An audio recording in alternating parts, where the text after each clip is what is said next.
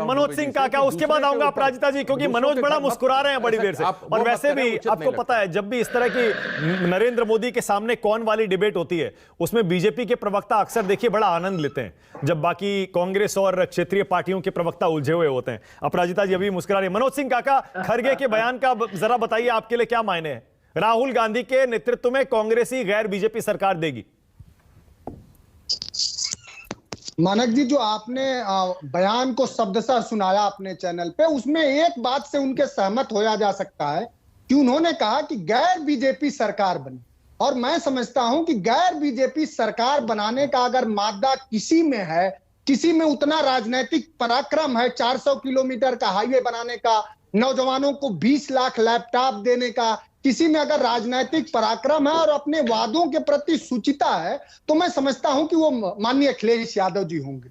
और तो खरगे जी के एक बात से जरूर सहमत होया जा सकता है कि गैर बीजेपी की सरकार बने। यही तो पूरा देश चाह रहा है कि समाजवादी सिद्धांतों की गैर बीजेपी सरकार बने, जो सरकार अपने वादों पर खरी उतरे, जो सरकार ये न कहे कि 2 करोड़ रोजगार हर साल देंगे और 8 साल में केवल 7,21,000 रोजगार दे, जो सरकार ये न कहे कि हर तरह का अपराध मुक्त होगा और अपराध ऐसा हो कि 5 दिन पहले की खोली गई पुलिया ऐसी ध्वस्त हो जाए कि 150 मासूमों की जान चली जाए। मनोज देखिए, क्योंकि आप एक युवा प्रवक्ता हैं और साल 2 साल से 3 साल से मैं आपको देख रहा हूं टीवी पर और बाकी जगह, तो मैं एक बार फिर से आपसे पूछ रहा हूं, क्या ये आपकी पार्टी की लाइन है, या फिर आपका ये निजी मानना है कि मोदी को कोई हरा सकता है तो वो अखिलेश यादव ही है? थोड़ा सा सोच समझ के और पार्टी का स्टैंड मुझे एक बार थोड़ा फिर से क्लियर कर दीजिए।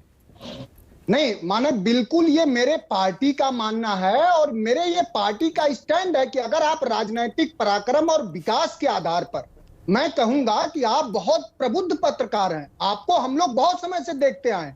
सही कहा आपने कि इसमें जितने बड़े भाई बैठे हमसे सीनियर हैं, लेकिन क्या यह सच नहीं है कि पूरे देश में कोई एक प्रांत और एक मुख्यमंत्री हमें बताइए जिसने 20 लाख लैपटॉप बांटा हो?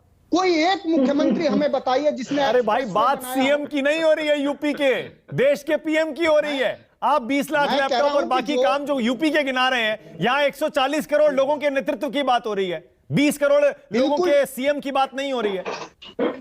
बिल्कुल सही कह रहे हैं आप, लेकिन हम तो यही चाहेंगे कि कोई व्यक्ति जो विकास के आधार पर, जो सबको रोजगार दे सके, जो सबको सुरक्षा की गारंटी दे सके, और समाजवादी पार्टी एक ऐसी पार्टी, मतलब प्रधानमंत्री पद के उम्मीदवार है ना अखिलेश यादव, कह दीजिए आज कह दीजिए मनोज काका, ऐलान कर दीजिए। मैं कह रहा हूं कि राजनीति में कुछ भी निश्चित नहीं होता, कार्य के आधार पर और संवैधानिक मूल्यों के आधार पर अखिलेश यादव जी प्रधानमंत्री पद के उम्मीदवार हैं। अरे बहुत ही बढ़िया। देखिए, मैं इसीलिए मनोज बताया ना आपने, आज मुझे लगता है कि आज पूरी तैयारी के साथ आए हैं मनोज सिंह काका।